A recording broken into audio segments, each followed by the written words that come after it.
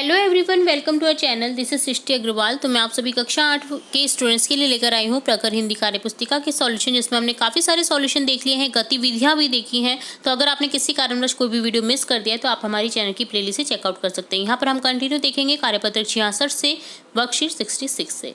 तो वर्कशीट 66 का सॉल्यूशन यहाँ पर देखेंगे, जिसमें है निम्नलिखित वाक्य अर्थ नहीं दे पा रहे हैं, इनको इस प्रकार लिखिए कि वे अर्थ दे पाएँ। तो यहाँ पर आपको उल्टे सीधे वर्ड्स शब्दों को देकर के वाक्य बताए गए हैं, जिससे आपको करेक्ट करना है। जैसे कार माँ से गई बाजार, तो यहाँ हो जाएगा माँ कार से बाजार गई, पूर्ण विराम। इसी तरह से आगे हो जाएगा पिताजी आज देर से आएंगे, पूर्ण विराम। दादी जी ने राजा रानी की कहानी सुनाई, पूर्ण विराम। अच्छी सेहत के लिए खेलना भी जरूरी है, पूर्ण विराम। गांधी जी भारत के राष्ट्रपिता हैं, पूर्ण विराम। रचना के आधार पर वाक्य के उचित भेद में निशान लगाएं। सागर एक अच्छा लड़का है, यह है सरल वाक्य, जो कि एक ही वाक्य रहता है, उसमें कोई योजक चिन्ह नहीं लगा रहता, कोई दूसरा सेंटेंस नहीं होता है, वो होता है सरल वाक्य। पापा देर से आए इसलिए हम घूमने नहीं गए, ये है संयुक्त वाक्य, जहाँ पर योजक चिन्ह का यूज होता है, जैसे इसलिए, और, या, अथवा। तो इस टाइप के जो सेंटेंस होते हैं वो होते हैं संयुक्त वाक्य। तुम यहाँ आओ और मुझे साथ लेकर जाओ, यहाँ पर भी देखिए कंजक्शन लगा हुआ है और का, जो कि डिपेंड कर रहा है। देखिए वो आएगा तभी तुम्हें साथ लेकर जाएगा, डिपेंडेंसी है यहाँ पर, इसलिए ये संयुक्त वाक्य है। तो यहाँ पर ऑप्शन थर्ड करेक्ट हो जाएगा। मैं जैसे स्टेशन पर पहुँचा वैसे ही रेलगाड़ी चली गई। स्टेशन पर पहुंचने से और रेलगाड़ी के चले जाने से कोई रिलेट नहीं कर रहा है। अगर आप पहुंच जाते तो मिल जाती, ठीक है। तो यहाँ पर जैसे वैसे ऐसे जो इस टाइप के जो सेंटेंस में दिखाई देते हैं अन्यथा, तो यहाँ होते हैं ये मिश्रित वाक्य, ठीक है। ये आपको ध्यान रखना है। तो इस तरह से आपने देखा वाक्य के 3 रूप यहाँ पर, सरल वाक्य, संयुक्त वाक्य और मिश्रित वाक्य। नेक्स्ट है नीचे लिखे वाक्यों के सामने उनका नाम लिखिए। इस शहर में शांति रहती है, सिंपल सेंटेंस है, सरल वाक्य है। प्रातःकाल हुआ और पक्षी चहचहाने लगे, और का यहाँ यूज हुआ है क्योंकि प्रातःकाल होने से और पक्षी के चहचहाने से संबंध है, तो यहाँ ये संयुक्त वाक्य है। जो कर्मवीर होते हैं वे कभी मुसीबतों से नहीं डरते हैं, तो यहाँ पर ये मिश्रित वाक्य है। तो ये डन होता है वर्कशीट 66 का सॉल्यूशन। अब देखेंगे कार्यपत्रक 67 वर्कशीट 67 का सॉल्यूशन। यहाँ पर है उन राज्यों के नाम लिखकर रंग भरिए जिनकी लाख के सामान का निर्माण होता है, जिनमें लाख के सामान का निर्माण होता है, लाख जहाँ मिलता है। जैसे गुजरात में लाख की चूड़ियाँ बनाई जाती है, राजस्थान में बनाई जाती हैं, ठीक है। तो उत्तर प्रदेश के हिस्से में बनाई जाती हैं। तो यहाँ पर आपको तीनों ही जो राज्य हैं बना देने हैं, इस तरह से छायांकित कर देना है। कर्नाटक में भी मिलता है लाख का सामान, तो कर्नाटक को भी इस तरह से आपको छायांकित कर देना है। राज्यों के नाम राजधानी सहित लिखिए। जैसे कर्नाटक की राजधानी होगी बेंगलुरु, उत्तर प्रदेश की लखनऊ, गुजरात की गांधीनगर और राजस्थान की जयपुर। तो सिंपली यहाँ पर 4 स्टेट में लाख के सामान मिलेंगे आपको, तो आपको बता देना था। तो ये होता है कार्यपत्रक 67 वर्कशीट 67 का सॉल्यूशन। अब देखेंगे वर्कशीट 68, जिसमें है हम पंछी उन्मुक्त गगन के। हमने ये चैप्टर पढ़ा है। अगर आपने हमारी चैप्टर की सीरीज़ नहीं देखी है तो आप हमारी चैनल की प्लेलिस्ट से चेकआउट कर सकते हैं। मैंने वहाँ पर कोशिश की है सभी चैप्टर्स को अच्छे से समझाने की, सारांश, कठिन शब्दार्थ, स्टार्टिंग से लेकर एंड तक सभी क्वेश्चन के आंसर्स देखे हैं। तो एक बार जरूर से देखिए हमारे चैप्टर्स जो हमने अपलोड किए हैं। तो यहाँ क्वेश्चन है हम पंछी उन्मुक्त गगन की कविता के लेखक शिव मंगल सिंह सुमन हैं। उनके बारे में टेबल में कुछ आंकड़े दिए गए हैं, जैसे नाम, जन्म स्थान आदि। आप दिए गए सभी तथ्य के आधार पर इसे वाक्य के रूप में लिखने का प्रयास करेंगे। तो यहाँ पर शिव मंगल सिंह सुमन का जन्म 5 अगस्त 1915 को हुआ था, ये दिया हुआ है। जन्म दे रखा है कौन सी जिले में हुआ था, उन्नाव जिला उत्तर प्रदेश में।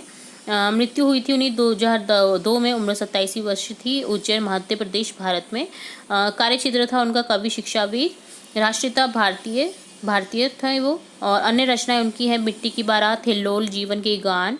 उल्लेखनीय उनको सम्मान मिला था साहित्य अकादमी पुरस्कार 1974 में, पद्म भूषण मिला था 1999 में, 1974 में उन्हें मिला था पद्मश्री। तो पद्मश्री और पद्म भूषण दोनों ही मिले हुए हैं इन्हें। तो ये थे शिव मंगल सिंह सुमन का संक्षिप्त विवरण उनका। तो यहाँ पर आपको देखिए लिखने का वाक्य के रूप में लिखना है इन्हें। जैसे उनका जन्म भारत में उत्तर प्रदेश राज्य की जिला उन्नाव जिला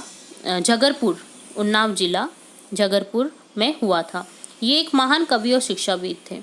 इनकी कविता हम पंछी उन्मुक्त गगन के अलावा इनकी अन्य रचना मिट्टी की बारात, हिल्लोल, जीवन की गान आदि हैं।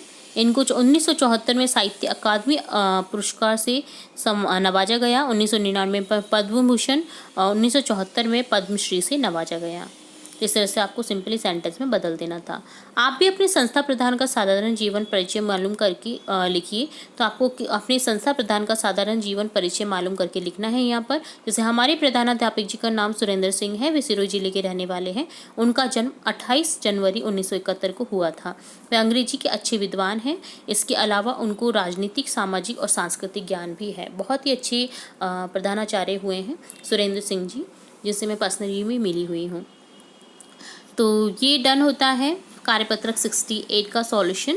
अब देखेंगे कार्यपत्रक 69 का सॉल्यूशन, जहाँ पर आपको एक पद्यांश दे रखा है जिसे समझना है और रीड करना है, और क्वेश्चन जो इससे रिलेट पूछे जाएंगे जिनके आपको आंसर करना है। तो यहाँ पर है, चीची चीची गाती चिड़िया इस डाली से उड़ डाली पर बैठा करती है उड़ उड़ कर, सबको खूब सुहाती चिड़िया आंगन आंगन चुगती दाने, नल पर आती बैठ नहाने, पंख बिगो सुख पाती चिड़िया भाता इसे न बंद कर रहना, जाना हरदम खुलकर उड़ना, मुक्ति मंत्र सिखलाती चिड़िया। चिड़िया को कभी भी पिंजरा पसंद नहीं होता है, उन्हें मुक्ति में उड़ना ही पसंद होता है। तो यहाँ पर देखिए चिड़ियाओं के विभिन्न चित्र दिखाए गए हैं।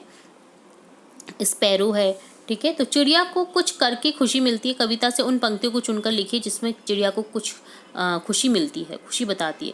चीची चीची गाती चिड़िया से लेकर के पंख भिगो कर सुख पाती चिड़िया से, यहाँ पर ये पंक्तियाँ बताती हैं कि चिड़िया को कुछ करके खुशी मिलती है। चिड़िया हमें क्या सीखना, चिड़िया से हमें क्या सीख मिलती है, क्या सीखना चाहिए? चिड़िया से हमें आज़ाद रहना सीखना चाहिए। चिड़िया कभी बंधन में नहीं रहती है, ये बताने वाली पंक्तियाँ चुनकर लिखिए। भाता इसे न बंद कर रहना, जाना हरदम खुलकर उड़ना, मुक्ति मंत्र सिखलाती चिड़िया। तो ये पंक्तियाँ बताती हैं कि चिड़िया को कभी बंधन पसंद नहीं है। चिड़िया को लेकर कई सारी कविताएं, कहानियाँ मशहूर हैं। तुम्हें जो अच्छी लगती है उसके कुछ अंश बताइए। एक, चिड़िया के बच्चे चार घर से निकले पंख पसार, पूरब से पश्चिम को आए, उत्तर से दक्षिण को आए, घूम घाम कर घर को आए। तो यहाँ पर कोई भी आप कविता यहाँ पर लिख सकते हैं। तो ये डन होता है वर्कशीट 69 का सॉल्यूशन। अब देखेंगे वर्कशीट 70 कार्यपत्रक 70 का सॉल्यूशन, जिसमें आपको एक पठन सामग्री दे रखी है जिससे आपको पढ़ना है और इससे रिलेटेड कुछ क्वेश्चन है वो आपको बताने हैं। तो यहाँ पर है, निम्नलिखित गद्यांश को पढ़कर उनका सार उपयुक्त शीर्षक लिखिए। तो गद्यांश शिक्षा का वास्तविक अर्थ प्रयोजन व्यक्ति को व्यवहारिक बनाता है, न कि शिक्षित होने के नाम पर अहम और गर्व का हाथी उसके मन मस्तिष्क को बांध देना। हमारे देश में स्वतंत्रता प्राप्ति से जो शिक्षा नीति पद्धति चली आ रही है वह लगभग 100 साल पुरानी है। उसने एक उत्पादक का काम ही अधिक किया है। इस बात का ध्यान एकदम नहीं रखा कि इस देश की अपनी आवश्यकताएं और सीमाएं क्या हैं, इसके निवासियों को किस प्रकार की व्यवहारिक शिक्षा की आवश्यकता है। बस सुशिक्षित को नहीं, साक्षरों की बड़ी पंक्ति इस देश में खड़ी कर दी है, जो किसी दफ्तर में क्लर्क बाबू बनने के सपने ही देख सकती है।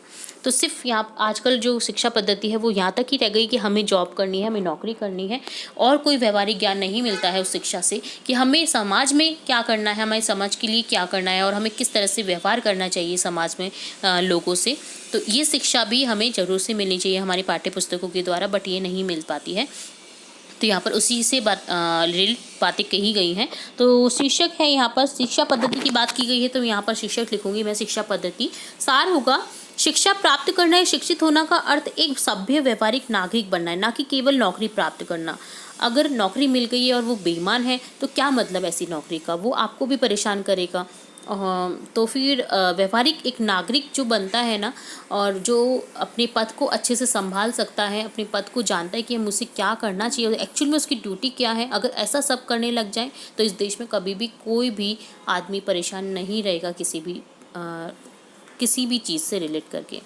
देश में नैतिकता लाने वाली शिक्षा की आवश्यकता है। तो यहाँ पर आपको सार लिखना था। अगला है, भारत एक महान देश है। उत्तर दिशा में हिमालय पर्वत भारत की ऊंचाई प्रकट करता है। इससे निकलने वाली गंगा, यमुना आदि नदियाँ भारत भूमि को जलदान देती है। खेती सोना उगलती है। वन उद्यान फूल फललताओं से लहरा जाते हैं। हिमालय की चोटियाँ में हिमालय की घाटियों में जड़ी बूटी होती है जो हमारे रोग को दूर करने के काम आती है। भारत की भांति ही हिमालय विशाल है, अटल है, अमर है। हिमालय भारत का एक पर्वत नहीं, स्वयं भारत है। हम सब उसकी ऋणी हैं क्योंकि हिमालय बहुत रिलेट करता है भारत को। हिमालय है तभी भारत आज सही है, भारत की स्थिति सही है। तो यहाँ पर इसका शीर्षक हो जाएगा हिमालय की बातें कही गई हैं, तो यहाँ हो जाएगा हिमालय की महिमा। और सार लिखेंगे भारत के उत्तर में हिमालय पर्वत से अनेक नदियाँ निकलती है जो पूरी भारत भूमि को जल प्रदान करती हैं, जिससे हरियाली व धनधान्य में वृद्धि होती है। इसके अलावा भारत जो हिमालय दुर्लभ जड़ी बूटियों का भंडार भी है। तो यहाँ पर इस तरह से आपको सार लिखना था और शीर्षक लिखना था गद्यांश के। तो ये होता है कार्यपत्रक 70 का सॉल्यूशन। साथ ही हमने देखा कार्यपत्रक 69, 68, 67, 66 के सॉल्यूशन। उम्मीद है आपको सभी के सॉल्यूशन अच्छे से समझ आए होंगे। तो इसी तरह जुड़े रहे हमारे चैनल के साथ। वीडियो को पूरा देखने के लिए धन्यवाद।